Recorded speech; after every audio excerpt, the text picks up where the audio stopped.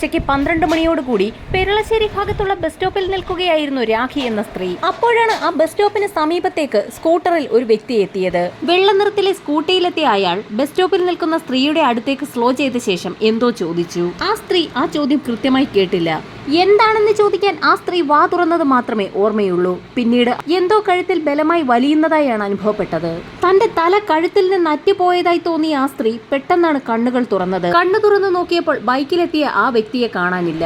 കഴുത്തിന് അതിശക്തമായ വേദന അനുഭവപ്പെട്ട സ്ത്രീയുടെ ഉറക്കെയുള്ള നിലവിളി ശബ്ദം കേട്ടുകൊണ്ട് തൊട്ടടുത്ത പറമ്പിൽ ജോലി ചെയ്തുകൊണ്ടിരിക്കുകയായിരുന്ന തൊഴിലുറപ്പ് സ്ത്രീകൾ അവിടേക്ക് ഓടിയെത്തി. അപ്പോഴാണ് തന്റെ കഴുത്തിൽ കിടന്ന 5.5 പവനോളം തൂക്കം വരുന്ന സ്വർണ്ണമാല കാണാനില്ല എന്നുള്ള വിവരം രാഖി മനസ്സിലാക്കിയത്. രാഖിയുടെ നിലവിളി ശബ്ദം കേട്ടുകൊണ്ട് തൊട്ടടുത്ത കടയിലുണ്ടായിരുന്നവരും ആ സമീപ പ്രദേശങ്ങളിൽ കൂടി നടന്നുപോയ ആളുകളുമൊക്കെ അവിടേക്ക് ഓടിയെത്തി.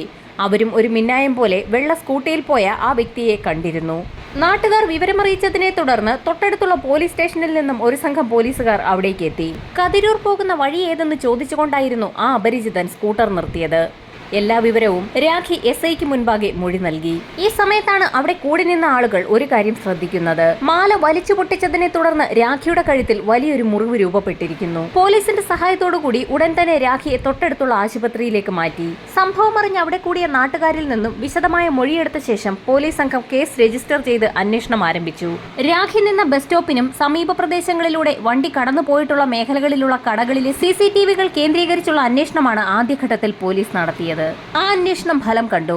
പല CCTVകളിലും വെളുത്ത സ്കൂട്ടിയിൽ താടിയുള്ള കണ്ണട വെച്ച കഷണ്ടിയായ ഹെൽമറ്റ് ധരിക്കാത്ത ഒരു വ്യക്തി കടന്നുപോയിട്ടുണ്ട്. ചോരക്കുളം ബസ് സ്റ്റാൻഡിന് സമീപത്തുള്ള CCTVകൾ കേന്ദ്രീകരിച്ച് നടത്തിയ അന്വേഷണം മുതൽ 60 CCTVകൾ വരെ പോലീസ് സംഘം അന്വേഷണത്തിന് വിധേയമാക്കി. 60ാമത്തെ CCTV വിഷ്വൽ ലഭിച്ചിരിക്കുന്നത് കിളിരൂർ ഭാഗത്തുള്ള ഒരു കടയിൽ നിന്നാണ്. പെരളം പുലിയൂട്ട് റോഡിലൂടെയാണ് പ്രതി രക്ഷപ്പെട്ടിരിക്കുന്നതെന്നും പോലീസ് കണ്ടെത്തി. പ്രതി ഒരു ലോക്കൽ വ്യക്തിയാണെന്ന് നിഗമനത്തിലെത്തിയ പോലീസ് സംഘം CCTV വിഷ്വലുകളുടെ കോപ്പിയെടുത്ത് ആ പ്രദേശവാസികളെയും കടകളിലുള്ള ആളുകളെയും ഒക്കെ കാണിച്ചു തുടങ്ങി. വളരെ വേഗം പ്രതിയെ പിടികൂടാനാകുമെന്ന് കരുതിയ പോലീസ് സംഘത്തിന് തെറ്റി. ഒരാൾ പോലും ആ വ്യക്തിയെ തിരിച്ചറിഞ്ഞില്ല. തുടർച്ചയായ 3 ദിവസവും പ്രതിയുടെ CCTV വിഷ്വലുകളുമായി പോലീസ് കടകളായ കടകളൊക്കെ കയറിയിറങ്ങി അന്വേഷണം നടത്തിയെങ്കിലും ഒരു വിവരവും ലഭിച്ചില്ല. ഒടുവിൽ 3ാം ദിവസം വൈകുന്നേരമായപ്പോൾ അപ്രതീക്ഷിതമായി ഒരു വ്യക്തി പോലീസ് സ്റ്റേഷനിലേക്ക് കടന്നു വന്നു. പോലീസിന്റെ കൈവശമുള്ള CCTV ദൃശ്യങ്ങളിലെ വ്യക്തിയെ തനിക്കറിയാമെന്ന് വാദിച്ചുകൊണ്ടായിരുന്നു ആ വ്യക്തി വന്നത്. CCTV വിഷ്വലുകളിലുള്ള വ്യക്തി വർഷങ്ങളായി ഗൾഫിലാണ്. കഴിഞ്ഞ കുറച്ച് നാളുകളെ ആയിട്ടുള്ളൂ നാട്ടിലേക്ക് വന്നിട്ട്. അയാളുടെ മകളുടെ വിവാഹ ആവശ്യവുമായി ബന്ധപ്പെട്ട് ഇപ്പോൾ അല്പം ദൂരത്തേക്ക് പോയിരിക്കുകയാണ്. 2 ദിവസത്തിനകം തന്നെ അയാൾ മടങ്ങിയെത്തും. അയാളുടെ പേര് താജുദ്ദീൻ എന്നാണ്. കതിരൂർ ഭാഗത്താണ് അയാളുടെ വീട്. ആ വ്യക്തിയുടെ താമസ സ്ഥലം ഉൾപ്പെടെയാണ് സ്റ്റേഷനിലേക്ക് മൊഴി നൽകാനെത്തിയ വ്യക്തി പറഞ്ഞത്. അങ്ങനെ തങ്ങൾ പ്രതിയെ പിടികൂടി എന്ന് തന്നെ പോലീസ് ഉറച്ചു വിശ്വസിച്ചു. താജുദ്ദീനെ കുറിച്ച് വിശദമായി തന്നെ ഒരു അന്വേഷണം നടത്താൻ പോലീസ് തീരുമാനിച്ചു. അയാൾ 15 ദിവസത്തെ ലീവിനാണ് മകളുടെ കല്യാണത്തിന് ഗൾഫിൽ നിന്നും വന്നിരിക്കുന്നത്. വർഷങ്ങളായി ഗൾഫിൽ ജോലി ചെയ്യുന്ന ഒരു വ്യക്തി, അതും മകളുടെ കല്യാണത്തിന് 15 ദിവസത്തെ ലീവിൽ വന്നിരിക്കുന്ന ആൾ ഇത്തരത്തിലൊരു കാര്യത്തിന് മുതിരുമോ എന്നായിരുന്നു പോലീസിന്റെ സംശയം. അയൽവാസികളോടൊക്കെ മോഷണ വിവരം പറയാതെ തന്നെ താജുദ്ദീനെ കുറിച്ച് പോലീസുകാർ തിരക്കി തുടങ്ങി. വളരെ നല്ല അഭിപ്രായമായിരുന്നു അയൽവാസികൾക്കൊക്കെ താജുദ്ദീനെ കുറിച്ച് പറയാനുള്ളത്. താജുദ്ദീനെ പോലൊരാളെ മോഷണവുമായി കണക്ട് ചെയ്യാൻ പറ്റുന്ന യാതൊരുവിധ തെളിവുകളും പോലീസിന് നാട്ടുകാരെ ചോദ്യം ചെയ്തതിൽ നിന്ന് ലഭിച്ചില്ല. എന്നാൽ സ്റ്റേഷനിലെത്തി മൊഴി നൽകിയ വ്യക്തി പറഞ്ഞിരിക്കുന്നത് CCTV ദൃശ്യങ്ങളിലുള്ളത് താജുദ്ദീൻ തന്നെയാണെന്നാണ്. അങ്ങനെ പോലീസിനാകെ കൺഫ്യൂഷനായി. പോലീസിന്റെ അന്വേഷണം പുരോഗമിക്കുന്ന സാഹചര്യത്തിൽ നേരത്തെ സ്റ്റേഷനിലെത്തി താജുദ്ദീനെതിരെ മൊഴി നൽകിയ വ്യക്തി വീണ്ടും പോലീസ് സ്റ്റേഷനിലേക്ക് വിളിച്ചു. മകളുടെ വിവാഹവുമായി ബന്ധപ്പെട്ടാണ് താജുദ്ദീനും കുടുംബവും ദൂരെ ഒരു സ്ഥലത്തേക്ക് പോയിരിക്കുന്നത്. വിവാഹം കഴിഞ്ഞ് തൊട്ടടുത്ത ദിവസം തന്നെ താജുദ്ദീനും കുടുംബവും മടങ്ങിയെത്തും. ഇതായിരുന്നു അയാൾ പോലീസ് സ്റ്റേഷനിലേക്ക് വിളിച്ചറിയിച്ചത്. താജുദ്ദീനെ കൈയോടെ പിടികൂടുന്നതിനായി SI ബിജു സംഘവും വഴിയിൽ കാത്തുനിന്നു. താജുദ്ദീനെ പിടികൂടുന്നതിനായി ചെറിയ ചില നാടകീയ രംഗങ്ങൾ സൃഷ്ടിക്കാൻ SIയുടെ നേതൃത്വത്തിൽ പോലീസുകാർ തീരുമാനിച്ചു. ശക്തമായ മഴ പെയ്തുകൊണ്ടിരുന്ന ആ രാത്രിയിൽ പോലീസ് ജീപ്പ് ചെളിയിൽ പുതഞ്ഞു കിടക്കുന്നതായി SIയുടെ നേതൃത്വത്തിലുള്ള പോലീസ് സംഘം ഒരു സീൻ ക്രിയേറ്റ് ചെയ്തു. SI ബിജു അടങ്ങുന്ന സംഘം മറ്റൊരു പോലീസ് ജീപ്പിൽ തൊട്ടപ്പുറത്തായി താജുദ്ദീന്റെ വരവും കാത്തു കിടക്കുന്നുണ്ടായിരുന്നു. രാത്രി ഏകദേശം 12 മണിയോടുകൂടി താജുദ്ദീനും കുടുംബവും സഞ്ചരിച്ചിരുന്ന വാഹനം പോലീസ് ജീപ്പിന് സമീപത്തേക്ക് എത്തി. പോലീസ് ജീപ്പ് വഴിയരികിൽ പുതഞ്ഞു കിടക്കുന്നത് കണ്ടുകൊണ്ട് താജുദ്ദീന്റെ വാഹനം സമീപത്തേക്ക് ഒതുക്കി നിർത്തി. ആ സമയത്താണ് 2 പോലീസുകാർ തങ്ങളുടെ ജീപ്പ് ചെളിയിൽ പുതഞ്ഞുപോയെന്നും വാഹനത്തിൽ നിന്ന് ആരെങ്കിലും ഇറങ്ങി ഒന്ന് സഹായിക്കണമെന്നും അഭ്യർത്ഥിച്ചുകൊണ്ടെത്തുന്നത്. താജുദ്ദീന്റെ വാഹനത്തിൽ നിന്നും 2 ചെറുപ്പക്കാർ പുറത്തിറങ്ങി വാഹനം തള്ളാൻ സഹായിച്ചു. എന്നാൽ താജുദ്ദീൻ ഈ സമയത്ത് വണ്ടിയിൽ നിന്ന് പുറത്തിറങ്ങിയില്ല. താജുദ്ദീൻ വണ്ടിയിൽ തന്നെ ഇരിക്കുന്നത് കണ്ടുകൊണ്ട് ഒരു പോലീസുകാരൻ അയാളുടെ അടുത്തേക്ക് എത്തിയിട്ട് എന്തുകൊണ്ടാണ് വാഹനം തള്ളാൻ സഹായിക്കാത്തതെന്ന് ചോദിച്ചു. അതിന് വ്യക്തമായ മറുപടി താജുദ്ദീൻ ഉണ്ടായിരുന്നു. തനിക്ക് ഡിസ്കിന് കംപ്ലൈന്റ് ഉള്ളതിനാൽ കട്ടിയുള്ള ജോലികളൊന്നും ചെയ്യാൻ കഴിയാത്ത സാഹചര്യമുള്ളതുകൊണ്ടാണ് ജീപ്പ് തള്ളാൻ സഹായിക്കാത്തതെന്ന് അയാൾ പോലീസിനോട് പറഞ്ഞു. ഈ സമയത്താണ് താജുദ്ദീന്റെ ID കാർഡ് ഒന്ന് വേണമെന്ന് പോലീസുകാരൻ ആവശ്യപ്പെട്ടത്. താജുദ്ദീൻ ഉടൻ തന്നെ തന്റെ പേഴ്സിൽ നിന്നും ID കാർഡ് എടുത്ത് പോലീസുകാരന് കൈമാറി. അയാൾ ആ ID കാർഡുമായി SI ബിജുവിന്റെ അടുത്തേക്ക് എത്തി. ബിജുവിന്റെ നിർദ്ദേശം കിട്ടിയതും 2 ജീപ്പുകളിൽ നിന്നും 8ഓളം പോലീസുകാർ പൊടുന്നനെയായിരുന്നു താജുദ്ദീനെ വളഞ്ഞത്. എന്താണ് സംഭവിക്കുന്നതെന്ന് മനസ്സിലാകാതെ താജുദ്ദീൻ അപ്പോഴും അമ്പരന്ന് നിൽക്കുകയായിരുന്നു. താജുദ്ദീന് സമീപത്തേക്ക് എത്തിയ SI ബിജു അയാളോട് കാര്യങ്ങൾ തുറന്നു പറഞ്ഞു. ഏതാനും ദിവസങ്ങൾക്ക് മുൻപ് ചോരക്കുളം ബസ് സ്റ്റാൻഡിൽ നിന്നിരുന്ന രാഖി എന്ന സ്ത്രീയുടെ 5.5 പവനോളം തൂക്കം വരുന്ന മാല താജുദ്ദീൻ സ്കൂട്ടറിലെത്തി പൊട്ടിച്ച് കടന്നു കളഞ്ഞു എന്നൊരു കംപ്ലൈന്റ് കിട്ടിയിട്ടുണ്ടെന്നായിരുന്നു SI പറഞ്ഞത്. അത് കേട്ട താജുദ്ദീൻ അക്ഷരാർത്ഥത്തിൽ നടുങ്ങിപ്പോയി. തനിക്കൊന്നും അറിയില്ല എന്ന് അയാൾ പോലീസിനോട് ആവർത്തിച്ചു പറഞ്ഞു. അപ്പോഴേക്കും വാഹനത്തിലുണ്ടായിരുന്ന താജുദ്ദീന്റെ ഭാര്യയും 2 ആൺമക്കളും അവിടേക്ക് ഓടിയെത്തി. തന്റെ ഭർത്താവ് ഒരിക്കലും അങ്ങനെയൊന്നും ചെയ്യില്ല എന്ന് ആ സ്ത്രീ ആവർത്തിച്ചു പറഞ്ഞു. എന്നാൽ പോലീസുകാർ അവർക്ക് കൈവശമുണ്ടായിരുന്ന CCTV ദൃശ്യങ്ങൾ ആ സ്ത്രീയെ കാണിച്ചു കൊടുത്തു. വളരെ അമ്പരപ്പോടുകൂടിയായിരുന്നു അവർ ആ ദൃശ്യങ്ങൾ കണ്ടത്. കൂടുതൽ എന്തെങ്കിലും പറയാൻ കഴിയും മുമ്പ് തന്നെ SI സംഘവും താജുദ്ദീനെ പോലീസ് ജീപ്പിലേക്ക് കയറ്റിയിരുന്നു. നേരം അർദ്ധരാത്രി പിന്നിട്ടതിനാൽ തൊട്ടടുത്ത ദിവസമാണ് ചോദ്യം ചെയ്യൽ ആരംഭിച്ചത്. ചോദ്യം ചെയ്യൽ പൂർത്തിയാക്കിയ ശേഷം താജുദ്ദീനുമായി തെളിവെടുപ്പിനായി അയാളുടെ വീട്ടിലേക്ക് എത്തി. വീടിനുള്ളിൽ തിരച്ചിൽ നടത്തിയ SI സംഘവും ഒരു റിസ്റ്റ് വാച്ചും 56,000 രൂപയും ഒരു ഷർട്ടും തെളിവായി ആ വീട്ടിൽ നിന്ന് ശേഖരിച്ചു. ബസ് സ്റ്റോപ്പിൽ നടന്ന മാലമോഷണം നടത്തിയിരിക്കുന്നത് താജുദ്ദീൻ എന്ന വ്യക്തിയാണെന്നും അയാളെ പോലീസ് അറസ്റ്റ് ചെയ്തു എന്നുമുള്ള വാർത്ത നാടാകെ പരന്നു. മാലമോഷണം നടന്ന ബസ് സ്റ്റാൻഡിന് സമീപത്തും തെളിവെടുപ്പിനായി താജുദ്ദീനുമായി പോലീസ് സംഘം എത്തി. സംഭവം നടന്ന സമയത്ത് അവിടേക്ക് ഓടിക്കൂടിയ അന്നത്തെ അതേ തൊഴിലുറപ്പ് സ്ത്രീകളെയൊക്കെ അവിടെ വിളിച്ചു വരുത്തി ചോദ്യം ചെയ്തു. ഏകദേശം താജുദ്ദീനെ പോലെ തന്നെ ഇരിക്കുന്ന ഒരു വ്യക്തി തന്നെയാണെന്ന് മോഷണം നടത്തിയതെന്ന് ആ സ്ത്രീകൾ മൊഴി നൽകി. എന്നാൽ കൂട്ടത്തിൽ ഒരു സ്ത്രീ അന്ന് മോഷണം നടത്തിയ വ്യക്തിക്ക് താജുദ്ദീനേക്കാൾ കുറച്ചുകൂടി തടിയുണ്ടായിരുന്നു എന്ന് മൊഴി നൽകി. എന്നാൽ മുഖം ഏകദേശം താജുദ്ദീന്റേതുപോലെ തന്നെയാണെന്നും അവർ കൂട്ടിച്ചേർത്തു. സംഭവം നടന്ന ദിവസം ചോരക്കുളം ബസ് സ്റ്റോപ്പിന് സമീപത്തുകൂടി വെള്ള സ്കൂട്ടി ഓടിച്ചുകൊണ്ടുപോയത് താജുദ്ദീൻ തന്നെയെന്ന് അവിടെ കൂടിയ ഒട്ടുമിക്ക ആളുകളും പോലീസിന് മൊഴി നൽകി. എന്നാൽ അപ്പോഴും താൻ ഇതൊന്നും ചെയ്തിട്ടില്ല, തനിക്കൊന്നും അറിയില്ല എന്നുള്ള കാര്യത്തിൽ തന്നെ താജുദ്ദീൻ ഉറച്ചു നിന്നു. തെളിവെടുപ്പ് പൂർത്തിയാക്കിയ പോലീസ് സംഘം തിരികെ പോലീസ് സ്റ്റേഷനിൽ മടങ്ങിയെത്തിയപ്പോൾ താജുദ്ദീന്റെ ബന്ധുക്കളൊക്കെ അവിടെ എത്തിയിരുന്നു. മാലമോഷണവുമായി ബന്ധപ്പെട്ടുള്ള പോലീസ് അന്വേഷണം തീർത്തും തെറ്റാണെന്നും തന്റെ ഭർത്താവ് ഈ മോഷണം നടന്നു എന്ന് പറയുന്ന സമയത്ത് മറ്റൊരു സ്ഥലത്തായിരുന്നു എന്നും അതിന് വ്യക്തമായ തെളിവുകൾ തന്റെ പക്കലുണ്ടെന്നും താജുദ്ദീന്റെ ഭാര്യ പോലീസിനോട് പറഞ്ഞു. എന്നാൽ താജുദ്ദീനെ നിരവധി ആളുകൾ തിരിച്ചറിഞ്ഞു എന്നും പോലീസ് അന്വേഷണം വഴിതെറ്റിക്കാനാണ് താജുദ്ദീന്റെ ബന്ധുക്കളുടെ ശ്രമമെന്നുമായിരുന്നു SI സംഘവും ആരോപിച്ചത്.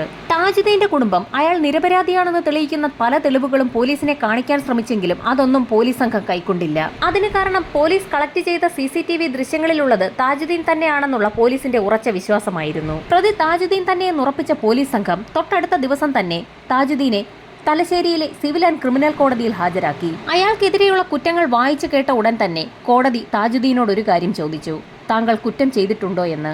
എന്നാൽ താൻ ഒരു തെറ്റും ചെയ്തിട്ടില്ല എന്ന് താജുദ്ദീൻ ആവർത്തിച്ചു പറഞ്ഞു. അയാളെ 15 ദിവസം റിമാൻഡ് ചെയ്തു. താജുദ്ദീൻ പറയുന്ന കാര്യങ്ങളൊന്നും തന്നെ ആരും ചെവിക്കൊണ്ടില്ല.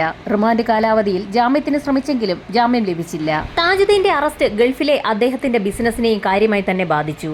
ഇതോടൊപ്പം തന്നെ അയൽക്കാരും ആ കുടുംബത്തെ ആക്ഷേപിച്ചു തുടങ്ങി. അന്ന് എന്താണ് യഥാർത്ഥത്തിൽ സംഭവിച്ചതെന്നറിയുന്നതിനായി താജുദ്ദീനെ ഉറച്ചു വിശ്വസിച്ച അയാളുടെ കുറച്ച് സുഹൃത്തുക്കൾ ജയിലിലെത്തി താജുദ്ദീനെ കണ്ടു. വിശദമായി തന്നെ അന്ന് നടന്ന സംഭവങ്ങളൊക്കെ അന്വേഷിക്കുകയും ചെയ്തു. സംഭവം നടന്ന ദിവസം രാവിലെ മുതൽ അന്ന് വൈകുന്നേരം വരെ ഉണ്ടായ മുഴുവൻ കാര്യങ്ങളും താജുദ്ദീൻ സുഹൃത്തുക്കളോട് പറഞ്ഞു. താജുദ്ദീൻ പറഞ്ഞ കാര്യങ്ങൾ തന്നെയാണ് അദ്ദേഹത്തിന്റെ വീട്ടുകാരും പറഞ്ഞത്.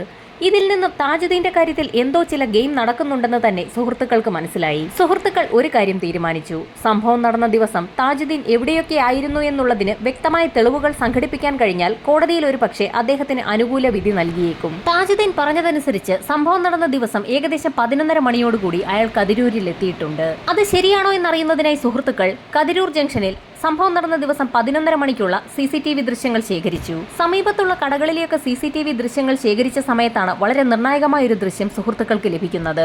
മാലമോഷണം നടന്നിരിക്കുന്നത് ചോരക്കുളം ബസ് സ്റ്റോപ്പിലാണ്. ചോരക്കുളം ബസ് സ്റ്റോപ്പും കതിരൂരും തമ്മിൽ ഏകദേശം 9 കിലോമീറ്റർ ദൂരമുണ്ട്.